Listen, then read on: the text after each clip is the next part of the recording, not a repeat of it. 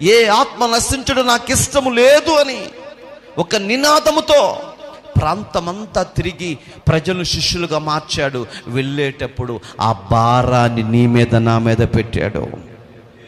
ఒంటరిగా నేను మిమ్మల్ని విడిచిపెట్టి వెళుతులేదు, అనాథులుగా విడిచిపెట్టి వెళుతులేదు.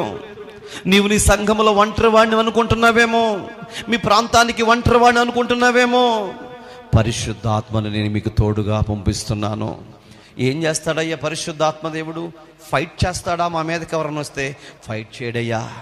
మీ లోపల ఆయన ఉండి మీరు ఏది చేయాలో ఆయనే చేస్తాడు. ఎలా నడవాలో, ఎలా మాట్లాడాలో మెలకువ కలిగి ఆయన నిన్ను నడిపిస్తాడు. Praise the lord.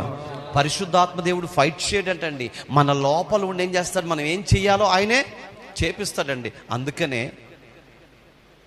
Solomon letter రాస్తాడు హీరామరాజుకి.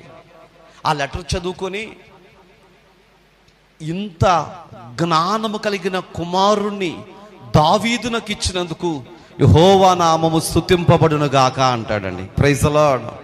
అంటే పరిశుద్ధాత్మ దేవుడు రాయించిన ఆ లేఖనాలు చూస్తే చాలా అద్భుతంగా ఉన్నాయండి. ఆయన రాసిన మాటలో ఏమంటాడండి? నీ దగ్గర చాలా గొప్ప వ్యక్తులు ఉన్నారండి, ఇలాంటి వారిని నేను చూడాల. ఆ మాటకి రాజు ఫ్లాట్ అయిపోయాడండి. దేవునికి స్తోత్రం.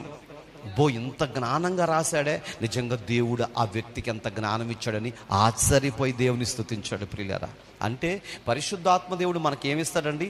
ఆలోచన ఇస్తాడు. ఏమిస్తాడండి?